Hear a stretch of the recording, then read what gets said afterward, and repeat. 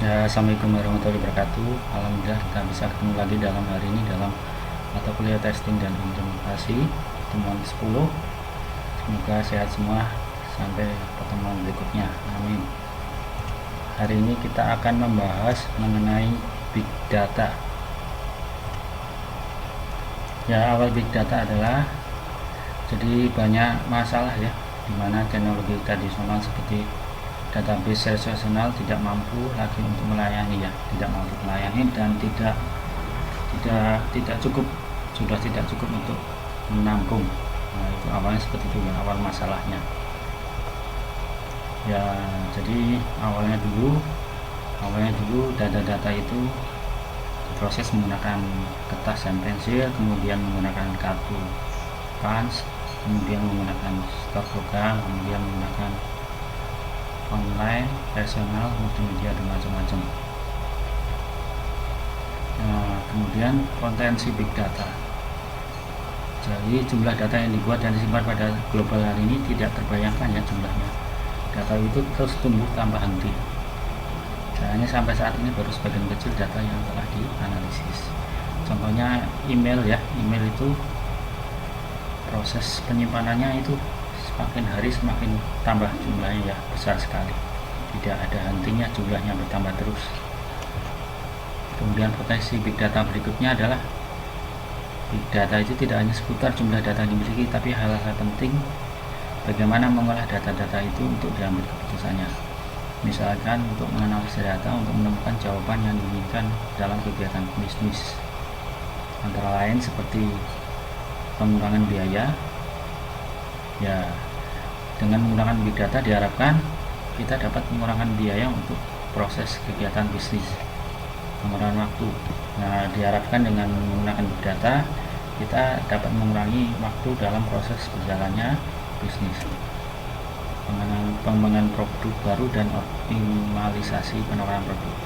Nah, diharapkan dengan big data ada pengembangan produk baru dan optimalisasi penawaran produk. Jadi peningkatan penawaran produk yang lebih luas lagi. Kemudian dengan adanya big data diharapkan diambil pengambilan keputusan yang cerdas ya, atau pengambilan keputusan yang tidak salah lagi. Diharapkan seperti itu di dalam bisnis. Ya, apa itu big data? Ya, istilah untuk data yang sangat besar dan kompleks ya, yang tidak dikelola dengan software tool pengembangan database yang biasa ya. Jadi tidak bisa dikelola menggunakan alat atau software menggunakan pemrograman tools pengembangan database biasa yang konvensional, tidak bisa. Tidak cukup dengan SQL biasa ya, relational database management, sehingga butuh teknologi baru atau tambahan. Tidak hanya berisi data berstruktur, tapi juga berisi data yang tidak berstruktur ya. Ya, data yang tidak berstruktur seperti gambar, video, nah seperti itu ya. Kalau data yang berstruktur itu bentuknya seperti teks, nah seperti itu. Yang tidak berstruktur juga termasuk itu ya, data suara itu juga termasuk. Nah, jadi big data itu contohnya banyak sekali ya. Salah satu contohnya adalah perusahaan Walmart itu menangani di atas 1 juta transaksi customernya setiap jamnya. Facebook itu menangani 40 miliar foto dari user Facebooknya.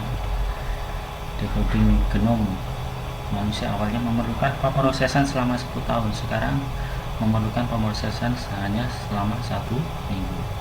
Nah, ini hal-hal yang berkaitan dengan big data, makanya dibutuhkan big data.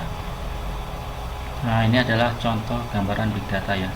Dalam waktu 60 detik itu di dunia ini melakukan banyak hal ya. Ada Skype, ada Facebook, ada wall post, ada blog, ada email. Semuanya itu dilakukan dalam waktu 60 detik saja. Makanya diperlukan big data ya. Nah, definisi big data dibagi menjadi 3 ya, yang sering disebut dengan 3V. Pertama adalah volume. Ya, sering sekali volume bertambah secara eksponensial ya. Pada tahun 2015 8 zettabyte ya, 8 juta exabyte, 8 miliar terabyte, 85 gigabyte. Volumenya bertambah terus tanpa henti. Nah, ini negara-negara yang jumlah datanya bertambah terus ya, hampir semua negara. Terus yang kedua, definisi big data yang kedua adalah velocity, kecepatan transfer. Ya, jadi diharapkan dengan adanya big data, kecepatan transfernya bertambah terus ya, karena jumlah datanya bertambah terus.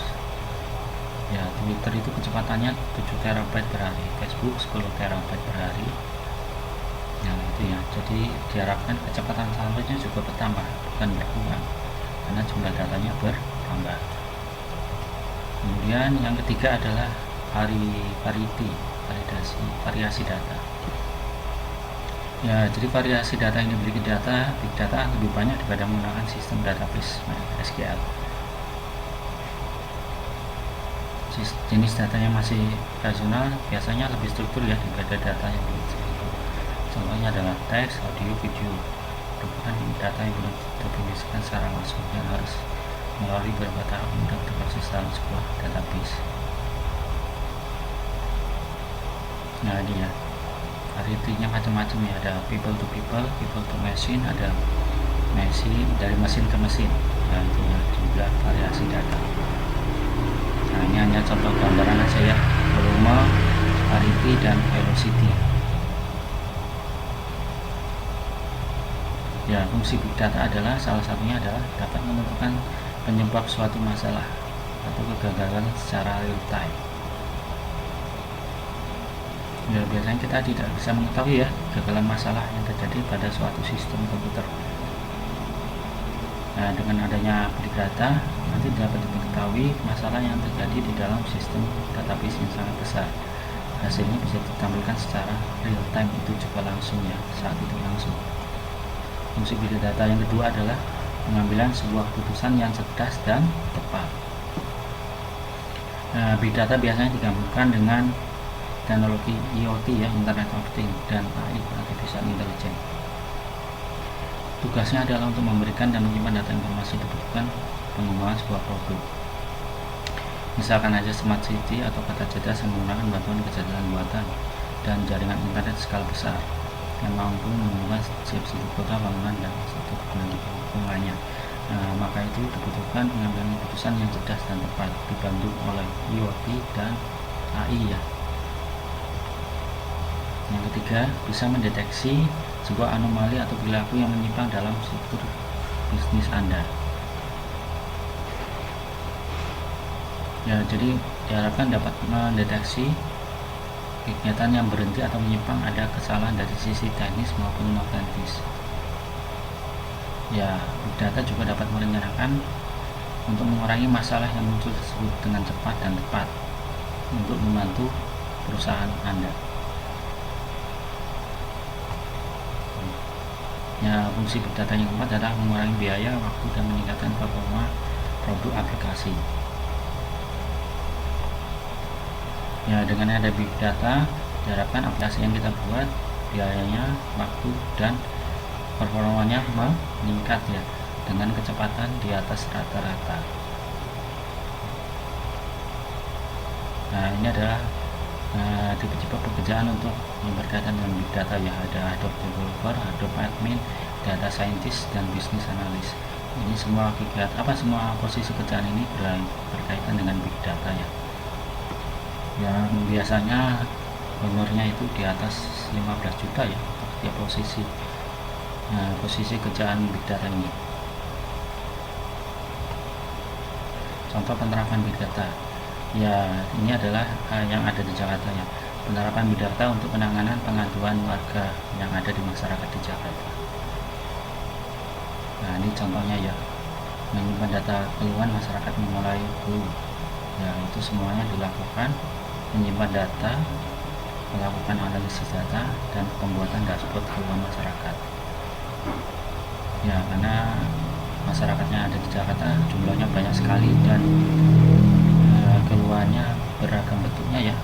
Nah, itu penyampaian keluhannya biasanya bisa berupa gambar, foto, atau bahkan video. Nah, itu diharapkan big data penanganan pengaduan keluhan warga ini bisa menampung semua itu ya. Kemudian outputnya nanti bentuknya hasilnya seperti ini. Jadi ada analisisnya, tiap kelurahan ya, tiap kelurahan ada gambarnya, ada grafiknya. Ini digunakan untuk pengambilan keputusan tindakan berikutnya. Ya, cara kerja big data. Jika Anda seorang entrepreneur, pengusaha, jadi big data ini bisa mendapatkan banyak ide untuk melakukan perencanaan perusahaan yang dilakukan berikutnya. Satu, integrasi data. Ya, karena data itu banyak sekali, ada foto, gambar, video, dan macam-macam. Maka datanya itu harus diintegrasikan ya, antara data satunya dan data lainnya harus diintegrasikan agar memudahkan dalam pengambilan keputusan dan juga memudahkan dalam analisis bisnis. 2, manage. Ya, harus bisa, big data harus bisa memanage data yang benar.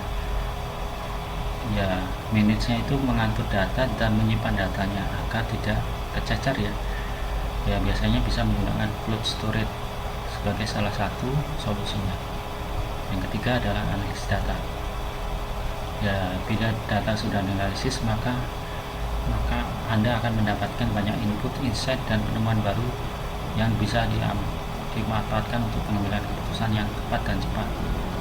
Ya, merupakan peran yang sangat signifikan bagi masyarakat atau perusahaan yang ada di sekitar Anda.